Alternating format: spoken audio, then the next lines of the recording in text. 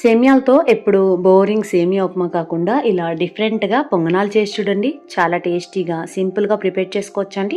ప్రాసెస్లోకి వెళ్ళిపోదాం. ముందుగా స్టవ్ పైన ఒక గిన్నె పెట్టుకొని ఇందులోకి 1 కప్పు వాటర్ని వేడి చేసుకుంటున్నాను. అలాగే ఇందులోకి కొంచెంగా సాల్ట్ని కూడా యాడ్ చేసుకొని 1 కప్పు సేమియాని యాడ్ చేసుకుంటున్నాను. సేమియా అనేది ఉడికి ఇలా దగ్గరికి పడినప్పుడు స్టవ్ ఆఫ్ చేసుకొని పక్కన పెట్టుకొని చల్లారి పెట్టుకుందాము. ఇది చల్లారేలోపు మరొక గిన్నెలోకి సన్నగా తురుముకున్నటువంటి క్యారెట్ ఒకటి, అలాగే సన్నగా కట్ చేసుకున్నటువంటి కొత్తిమీర, కరివేపాకు, 2 పచ్చిమిర్చి, అలాగే ఒక ఉల్లిపాయను కూడా చిన్న ముక్కలుగా కట్ చేసుకొని యాడ్ చేసుకున్నాను.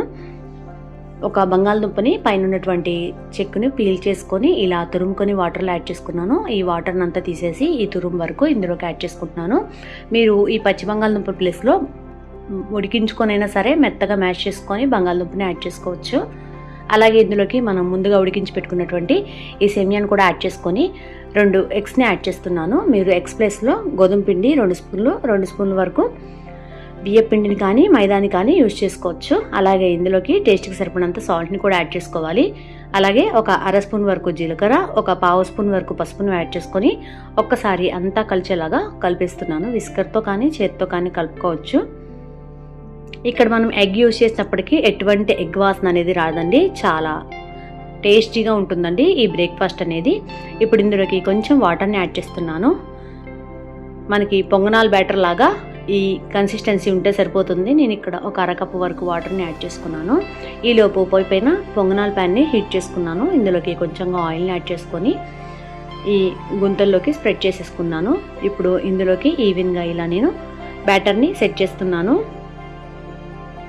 ఫుల్గా వేయకుండా ఇలా కొంచెం వెల్తిగానే వేసుకోవాలి. అప్పుడే మనకి పొంగనాలు అనేవి కొంచెంగా పొంగి మంచి టేస్టీగా రెడీ అవుతాయండి. ఇప్పుడు మూతను పెట్టేసుకొని ఈ విధంగా ఒక సైడ్ బాగా ఫ్రై అయిన తర్వాత రెండో వైపు కూడా టర్న్ చేసుకొని ఇంకొక 2-3 నిమిషాల వరకు ఫ్రై చేసుకుంటే మనకి సింపుల్గా ఎగ్ ఇంకా సేమియాతో మంచి బ్రేక్ఫాస్ట్ అనేది రెడీ అవుతుంది. టేస్టీగా కూడా ఉంటుంది, హెల్దీగా కూడా ఉంటుంది.